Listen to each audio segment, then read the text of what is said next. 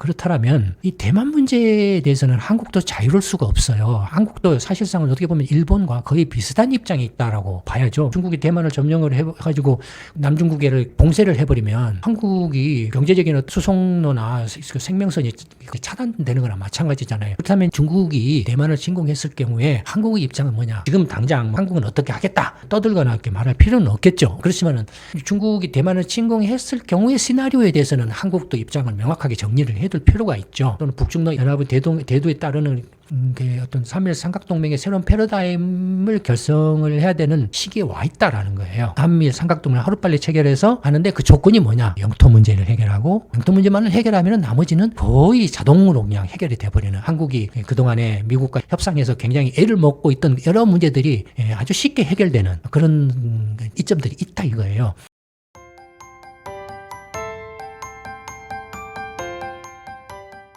안녕하십니까. 김광식 경제연구소 김광수 소장입니다. 일본 다카이치 총리가 대만 관련해서 발언한 걸 둘러싸고 중국이 강력하게 반발을 하고 있는데요. 그와 관련해서 한번 말씀을 나눠볼까 합니다. 대만 문제에 대해서는 이미 많은 분들이 잘 아실 거라고 생각합니다만 대만 관련해서 이제 뭐 일본 총리들이나 일본 정치인들의 발언들이 이어져 오고 있죠. 그와 관련해서 중국의 또 강력한 어떤 반발이랄까요? 반응들이 있는데 기본적으로 이제 일본 정부의 대만 관련한 입장은 전략적 모호성, 그러니까 뭐 중국이 대만을 침공한다라고 했을 때 일본이 참전하느냐 안 하느냐에 대해서는 명확하게 밝히지 않는 그런 전략적 모호성을 견지를 해왔죠. 근데 아베 전 총리가 2021년 연말에 이제 강연을 한 게 있습니다. 대만의 비상사태는 일본의 비상사태와 같다 발언을 했어요. 그러면서 시진핑 주석은 이러한 일본의 생각을 이렇게 관과하면 안 된다. 중국의 군사적인 모험은 중국의 경제적 자살이 될 것이다. 라고 아베 전 총리가 아주 강력하게 경고를 했다 그럴까요? 하여튼 발언을 했죠. 이런 발언을 하자 이렇게 중국이 즉각 중국의 내정 간섭하는 헛소리다. 이른바 이제 핫라인을 넘어선 금지선을 넘어서는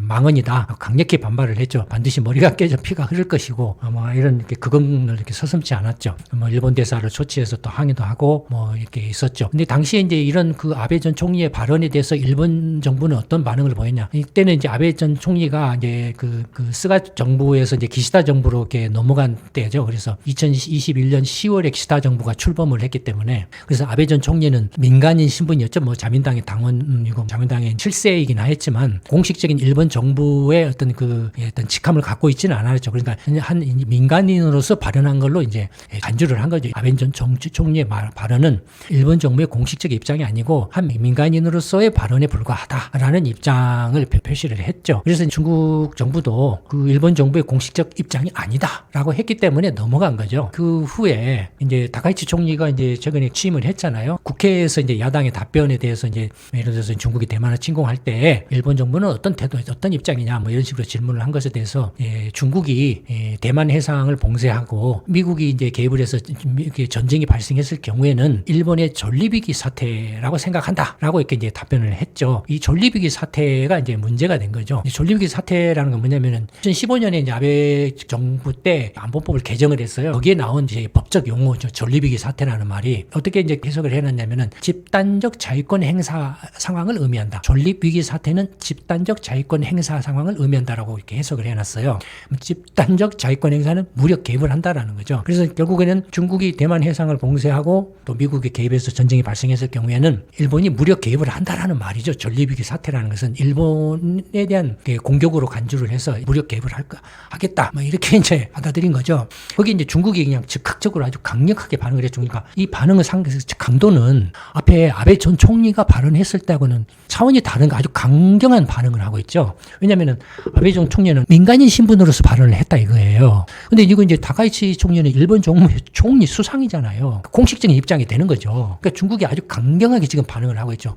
극히 악질적이고 중일 관계의 정치적 기반을 뿌리부터 훼손한 그런 악질적인 발언이다. 빨리 취소해라. 중국 총영사가 누군가는 더러운 목을 한 채 주저함도 없이 베어버릴 수밖에 없다라는 뭐 그거를 했죠. 그다음에 이제 중국 정부가 경제적 보복에 나섰죠. 곧바로 그냥 나섰죠. 우리 한국에 대해서 사드 배치 때 뭐 한일령 이렇게 했잖아요. 그처럼 한일령을 한다. 그래서 이제 일본 여행하고 일본 유학 가는 걸 자제해라라고 공고하고 일본산 수산물 수입을 지금 최근에 해금을 했는데 다시 전면 중단한다. 라고 했고, 문화교류라든지 엔터테인먼트 분야의 어떤 상업적인 어떤 수입이나 이런 것들을 중단하겠다. 뭐 이런 식.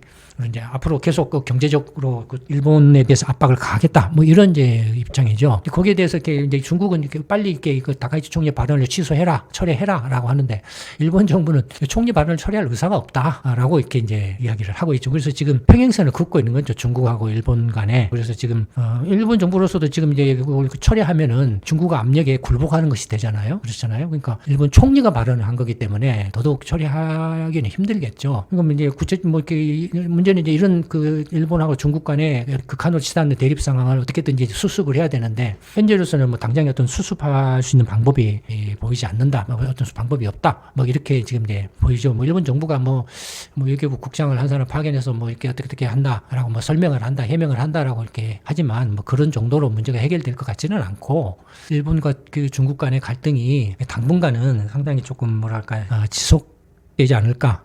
이렇게 보여집니다. 뭐 이제 중국은 이제 또 뭐 이거에도 중국하고 이제 영토 분적에는 센카쿠 열도, 일본 명으로는 중국 명으로는 다우이다오라고 그러죠. 그 부분에서 이제 중국이 어떤 군사적인 행동을 강화하는 그런 모습까지도 보이고 있죠. 근데 뭐 중국의 이런 반응에 대해서는 이제 뭐 이런저런 또 뭐 해석들이 뭐 나오곤 있는데 어쨌든 간에 그 뭐 근데 시진핑 주석의 어떤 국내적인 어떤 정치적 어떤 기반을 다지기 위해서 어떤 그 뭐 이렇게 강경하게 한다라는 뭐 그런 것도 있는데 뭐 그런 것 같지는 않고요. 당장에는 이게 뭔가 이렇게 뚜렷하게 어떤 해결할 만한 해결책이 보이지 않나 뭐 이렇게 보여집니다. 뭐 하여튼 근데 이제 이게 상식적으로 이제 우리가 뭐 이렇게 일본 뭐 지지한다, 중국을 뭐 반대한다라든지 거꾸로 중국을 지지하고 일본을 반대한다든지 그런 입장을 떠나서 그냥 제3자적인 입장에서 봤을 때 당연히 이제 대만을 중국이 침공을 하고 미국이 개입을 하면은 일본이야 해상 수송로가 차단이 되는 거잖아요. 치명타죠. 일본 경제에. 일본 경제뿐만 아니라 일본의 어떤 생존에 치명타가 되죠. 뭐 그다음에 이제 만약에 이제 중국이 대만을 이렇게 점령을 해가지고 그쪽 해상 일대를 장악을 해버리면 이렇게 일본이 중국의 눈치를 보지 않을 수가 없게 돼버리죠. 해상을 봉쇄를 해버리면은 빙 돌아서 가야 되는데 그러면 엄청난 타격이죠. 그러니까 일본 입장에서도 중국이 대만 침공은 결코 자시할 수 없는 그런 상황이죠. 어떻게 보면은 그냥 현실론적인 이야기를 한 거라고 또 볼 수 있어요. 다만 이제 이런 것들이 중국 정부의 어떤 그 이른바 이제 금지선 레드라인 선을 걸어 대만은 절대로 어느 누구도 중국의 최고의 핵심적 이익 중에서도 이익 문제다. 그러니 어느 누구도 대만 문제에 대해서는 건드리면 안 된다. 계속 주장을 하고 있기 때문에 그건 이제 중국의 입장이고 뭐 대만은 대만대로 또 이렇게 이제 우리는 뭐 대만 내에서도 독립이냐 뭐 독립을 반대하는 뭐 또 입장도 있지만은 기본적으로 이제 대만은 독립적인 국가다. 우리는 독립적인 국가 노선을 유지를 한다. 입장이 점점 강해지고 있고 어쨌든 간에 일본과 지금 이제 중국 간에 대만 문제를 둘러싸는 서로 외교 안보적 입장 차이가 굉장히 확대되고 있는 그런 상황이다라는 거죠. 그렇다면 이 대만 문제에 대해서는 한국도 자유로울 수가 없어요. 한국도 사실상은 어떻게 보면 일본과 거의 비슷한 입장에 있다라고 봐야죠. 중국이 대만을 점령을 해가지고 남중국해를 봉쇄를 해버리면 한국이 경제적인 수송로나 생명선이 차단되는 거나 마찬가지잖아요. 빙 둘러서 가야 되잖아요. 필리핀은 밖으로 태평양으로 돌아서 가야 되잖아요. 말이 안 되죠. 그러니까 한국도 사실은 이 문제에서 자유로울 수가 없죠. 그래서 그렇다면 중국이 대만을 침공했을 경우에 한국의 입장은 뭐냐? 뭐 지금 당장 뭐 중국이 대만을 침공한다면 한국은 어떻게 하겠다 떠들거나 이렇게 말할 필요는 없겠죠. 없지만 그렇지만은 중국이 대만을 침공했을 경우의 시나리오에 대해서는 한국도 입장을 명확하게 정리를 해둘 필요가 있죠. 그다음에 또는 중국의 대만 침공 나아가서는 북한과 러시아를 포함해서 한국, 일본, 미국 이 상국의 입장이나 대응 전략은 어떻게 돼야 될 것인가? 이런 것들이 다 지금 이제 하나로 연결돼 있죠. 한국은 어떤 입장에 있어야 되는가? 에 대해서 한번 생각을 해보자 이거예요. 다들 아시는 것처럼 최근에 이제 이펙 회담에서 이제 트럼프 대통령이 한국의 이제 핵추진 잠수함 건조를 승인을 했잖아요. 그건 굉장한 큰 외교 안보적인 면에서 큰 진전이라고 할까? 그 변화라고 할 수 있죠. 핵추진 잠수함은 6개월 이상 자망이 가능하기 때문에 세계 바다 모든 것을 그냥 휘저을 수도 있다 이거예요. 그리고 뭐 나아가서 이제 북한도 지금 핵잠수함을 만들고 있고 중국도 있고 러시아도 있고 좀 동해에서 동해 문제가 있잖아요. 뭐 그러니까 그런 것들 그다음에 이제 뭐 어쨌든 중국이 대만 침공했을 때는 단순히 중국하고 대만만의 전쟁이나 중국하고 미국만의 대만을 둘러싼 그 지역 영내 분쟁, 연내 전쟁으로 그치지 않죠. 북한이 동시에 남한을 공격할 수도 있고 또 주한 미군이 대만 전쟁에 동원이 되면 당연히 중국 입장에서도 주한 미군 기지를 이렇게 공격을 할 수가 있겠죠. 한국으로서도 그걸 얻어맞고 있을 수는 없지 않습니까? 그러니까 결코 이렇게 대만 문제에서는 한국도 이런 점만 봐도 자유로울 수가 없는 거죠. 핵추진 잠수함 건조를 승인한 것이 한국과 미국 간의 군사적 관계의 면에 있어서 이제 맨 처음에 이제 한미 상호 방위 조약은 군사동맹. 그다음에 이제 이명박 정부 때 이제 군사동맹을 넘어서서 포괄적 전략동맹으로 발전을 했고 윤석열 정부 때 글로벌 포괄적 전략동맹으로 이렇게 발전을 했죠. 그런데 이제 이번에 트럼프 정부에서 이제 핵추진 잠수함을 승인한 것은 뭐 영국이나 호주 정도, 앵글로색슨 뭐 그런 정도다 이거예요. 그래서 미국과 한국 간의 이제 관계가 전략적 동맹에서 혈맹 관계로 가는 거 아니냐라는 뭐 그런 이야기도 일각에서 나오고 있는 것 같아요. 네, 뭐 그런 이야기가 있다라는 정도고 어쨌든 한국과 미국 간의 군사적 관계가 한 단계 더 진전되고 있는 것만은 틀림이 없다라는 거죠. 미국이 그렇게 진전시키고 있는 그 배경은 뭐냐? 역시 중국 견제, 중국을 의식한 것이다라고 볼 수밖에 없다 이거예요. 그다음에 이제 한미 상호 방위 조약 내용을 보면 이제 중국의 대만 침공과 관련해서 한국 입장에 있어서 아주 핵심적인 부분이 한미 상호 방위 조약의 이제 내용인데. 한미 상위 방위 조약을 보면 한반도에서의 공동 위험이 아니에요. 그렇게 규정을 안 해놨어요. 태평양 지역에서의 공동 위험에 공동으로 대처한다 해서 상호 방위 의무를 진다. 그러니까 한반도, 남한과 북한에서의 북한이 남한을 공격했을 때 대응한다 이런 게 아니고 태평양 지역에서의 공동 위험이 발생했을 때 각자 미국과 한국 각각의 헌법 절차에 따라서 상호 방위 의무를 진다 이거예요. 그러니까 이미 한미 상호 방위 조약에서 태평양 지역으로 규정을 해놨어요. 그러면은 당연히 이제 대만이 태평양 지역이니까 중국이 대만을 침공해서 미국이 참전을 한다라고 하면 태평양 지역에서의 이제 위험, 공동 위험. 네, 미국이 참전을 했는데 그걸 한국이 공동 위험으로 인식을 하느냐 안 하느냐는 한국 헌법에 따라서 이제 판단을 한다 이거예요. 한국 헌법에 따라서 판단을 해서 공동 위험으로 인식한다면 참전을 하고 우리 헌법을 볼 때 공동 위험으로 인식이 안 돼, 판단이 안 돼라고 하면 참전을 안 하는 거예요. 근데 일단 태평양 지역이라고 규정을 해놨기 때문에 중국의 대만 침공에 대한 한국의 어떤 태도는 안간할 수 없는 입장이 더 가깝게 있다라는 거예요. 반면에 미일 안보조약을 보면 어떻게 규정을 해놨냐면은 범위를 일본 영토에 대해서라고 해놨어요. 한국처럼 태평양 지역이 아니고 일본 영토에 대해서 무력 공격이 발생했으니까 일본 영토에 대해서 중국이든 북한이든 뭐 러시아든 공격을 했을 때 각자 헌법에서 미국과 일본 각각의 헌법에 따라서 방위 의무를 진다라고 돼 있어요. 그러니까 한미 상호 방위 조약과 미일 안보 조약이 다르죠 지금. 그렇기 때문에 앞에서 타카이치 총리가 중국이 대만 해상을 봉쇄하고 미국이 전쟁에 개입해서 전쟁이 발생했을 경우에 일본의 존립위기 사태가 된다라고 하는 것이 미일 안보조약 규정하고는 좀 어긋난다 이거예요.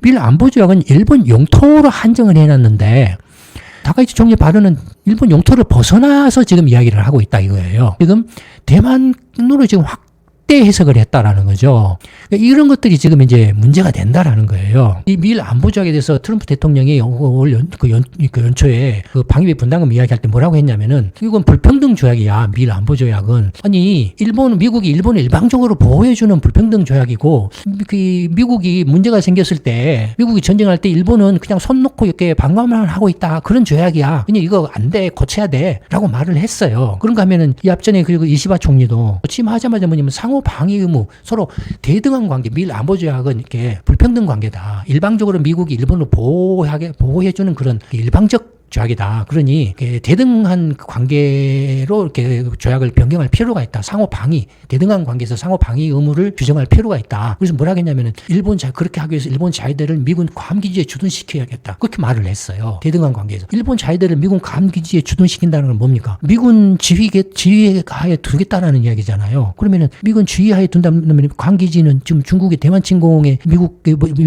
최전선이나 마찬가지인데 최전선이나 마찬가지. 괌 앞에 이제 필리핀이 있잖아요. 그러니까 괌 기지에 아이들을 두어서 미군의 지휘하에 둔다라면 중국이 대만 침공했을 때 미국이 그 참전을 하면은 괌 기지는 일본 자위대를 동원시킬 수 있다 이거예요. 지금 한국과 일본 간의 미국과 한미 동맹, 미일 동맹의 차이가 지금 이렇게 차이가 있다 이거예요. 그러니까 이런 점을 감안해 보면은 중국이 대만 침공했을 때 일본이 같이 참전하는 것보다는 한국이 같이 참전할 가능성이라 할까 이런 것들이 더 높죠. 한국이 그렇잖아요. 근데 이제 중국이 대만을 만약에 침공한다라고 하면 트럼프 정부의 입장은 뭐냐면은 주일 미군이나 주한 미군을 동원하겠다라는 입장이에요. 이미 그런 것들 공공연하게 이야기를 하고 있잖아요. 참전하면 어떻습니까? 일본이 보국기지가 되겠죠. 최소한의. 한국도 보국기지가 되겠죠. 최소한의 범위가 그 정도고 나가서는 이제 주일 미군이나 주한 미군이 참전하면 중국이 일본과 한국이 참전한 걸로 간주를 해서 주일 미군 기지나 주한 미군 기지를 폭격을 하면 어떻게 합니까? 한국이나 일본이 궁극으로부터 공격을 받는 게 되잖아요. 참전을 안 할 수가 없죠. 중국 입장에서 주일 미군과 주한 미군이 대만 전쟁에 참전을 하면 주일 미군하고 주한 미군은 한국과 일본이기 때문에 관계가 없어. 그래서 우리는 폭격 안 할 거야 라고 하겠습니까? 그렇지 않겠죠. 만약에 그렇다면 미국이 군수품이나 어떤 병력이나 무기를 전부 주일 미군하고 주한 미군을 통해서 대만 전쟁에 공급을 하겠죠. 만약에 그런 거라면 그렇지 않습니까? 뭐 괌이라든지 필리핀을 통해서 이렇게 막 직접 이렇게 동원하기보다는 주한 미군 기지나 그 주일 미군 기지가 더 안전하잖아요. 만약에 그런 거라면 그렇잖아요. 주일 미군하고 주한 미군이 이제 참전할 수밖에 없고 미국 입장에서는 그렇다면은 한국이나 일본도 자동 참전할 수밖에 없는 그런 이제 상황이 된다 이거예요. 그랬을 경우에 예전 동영상에서도 한번 말씀드렸죠. 한미 방위비 분담금의 의미는 뭐냐 이거예요. 지금 이제 주한 미군 주둔군에 대해서 한국이 방위비를 주둔 그 방위비 분담을 하고 있잖아요. 근데 그 방위비 분담은 주한 미군의 그 용도는 뭡니까? 북한의 공격에 대한 거죠. 용도는 뭐 대만 전쟁을 위한 것이 아니죠. 주한미군이 북한의 공격에 대비하기 위해서 한국의 미군이 주둔하는 거고 그에 대한 주둔에 따르는 비용을 한국이 지금 부담을 해주고 있는 거죠.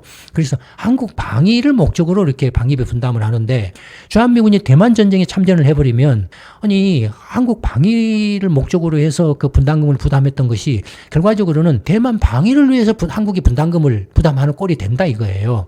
일본도 마찬가지가 된다 이거예요. 이게 다시 재정리할 필요가 있다 이거예요. 이런 거. 만약에 주일 미군이나 주한 미군이 중국이 대만을 침공했을 경우에 그 동원된다라고 하면은 이 대만은 주한 미군하고 주일 미군 주둔 분담금 일정 부분을 부담을 해야 된다 이거예요. 미국이 동원하겠다라고 하면은. 그렇지 않습니까? 그래서 이렇게 방위비 분담금을 위해서는 4자 회담이 필요하다 이거예요. 한국, 대만, 미국. 일본 같으면은 일본, 대만, 미국 이렇게 3자 회담이라든지 아니면은 미국, 대만, 한국, 일본이 모두 4자가 모여서 이렇게 회담을 할 필요가 있다. 그래서 주한 미군 미군 분담금과 주일 미군 분담금 대만까지 끼어가지고 같이 한꺼번에 결정할 필요가 있다 이거예요. 그러니까 지금 중국이 대만 침공 시에 한국의 입장 생각해 봤을 때 문제가 이렇게 단순히 한국이 참전하느냐 안 하느냐 그런 문제 그치지 않는다 이거예요.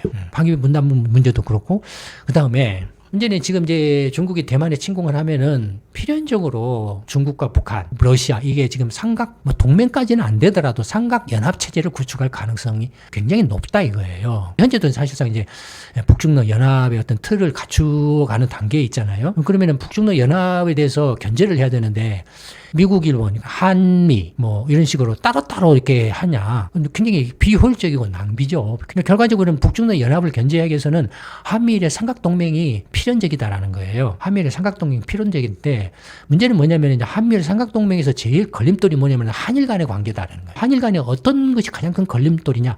영토 문제예요. 영토 뭡니까? 독도 문제예요. 최근에도 그 문제 지금 생겼지 않습니까? 독도에서 이제 한국이 이제 비행 훈련을 하니까 일본이 이제 한국 군용기에 오키나와 어떤 연료 보급을 이렇게 거부를 했잖아요. 거기에 대해서 또 한국 정부가 이제 뭐 일본과의 군함대 파견이라든지 기타 등등을 또 이렇게 보류를 하는 그런 걸 하고 있잖아요. 근데 사실은 한미일 삼각동맹을 결성을 하려면 필연적으로 한미일 삼국이 각자 현재 상황에서 실효적으로 지배하고 있는 영토의 현상 유지에 합의를 해야 된다는 거예요. 한미일 삼각동맹은 필연적인데 한미일 삼각동맹을 하면은 북중러 연합뿐만 아니라 중국의 대만 침공에도 가장 효율적으로 대응을 할 수가 있다. 이거. 전략적으로 가장 효과적으로 대응할 수 있다. 이거. 그다음에 이런 분담금 문제도 가장 쉽게 해결할 수 있다. 이거예요. 그다음에 주한미군이나 주일미군을 이렇게 통합해서 운영할 수도 있다. 이거예요. 한미일 삼각동맹을 하면은 미군 통합 주둔군 식으로 이렇게 할 수가 있다. 이거. 그래서 한미일 삼국이 공동의 어떤 지휘체계 통합 지휘 체계를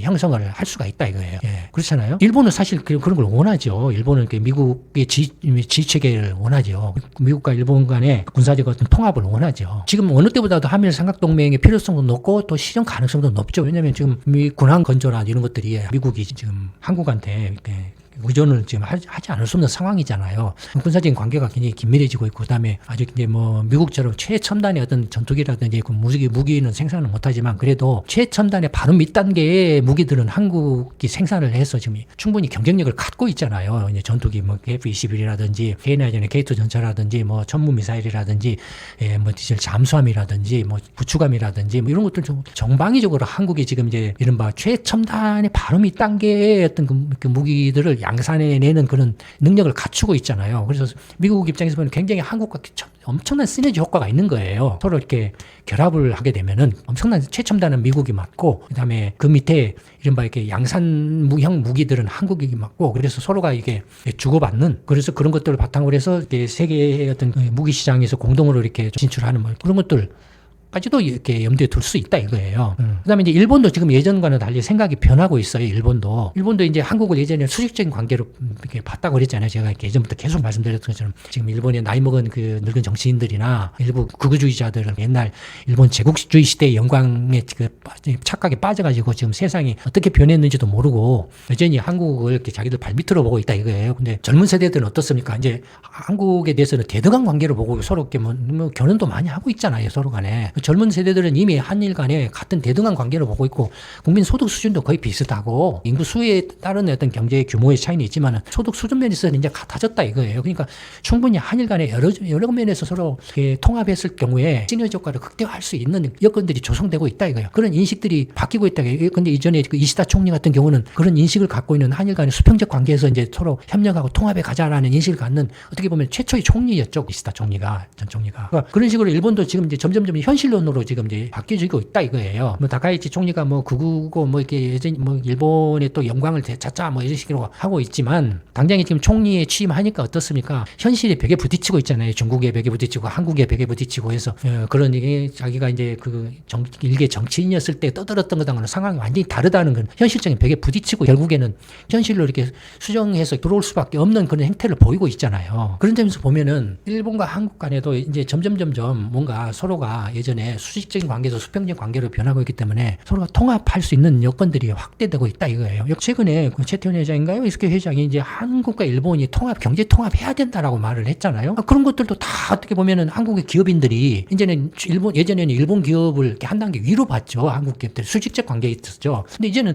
수평적 관계라고 보고 있다라는 거예요. 한국의 기업인들이. 이제는 일본에 대해서도 어느 정도 이제 우리가 굳이 겁먹을 필요도 없고 위압감을 느낄 필요도 없고 꿀릴 필요도 없다 이거예요. 이제는 충분히 일본하고 대등한 관계에서 협력할 수 있는 단계에 왔다라고 이제 기업인들도 그렇게 인식을 하고 있다 이거예요. 그러니까 그런 지금 상황들로 가고 있기 때문에 한미일 삼각동맹이 지금 이제 그 눈앞에 다가와 있다. 그리고 이 한미일 삼각동맹이 가장 효과적이다. 이 태평양 지역이. 왜냐하면 지금 이제 한반도만의 안보 문제에서 그치지 않은 문제가.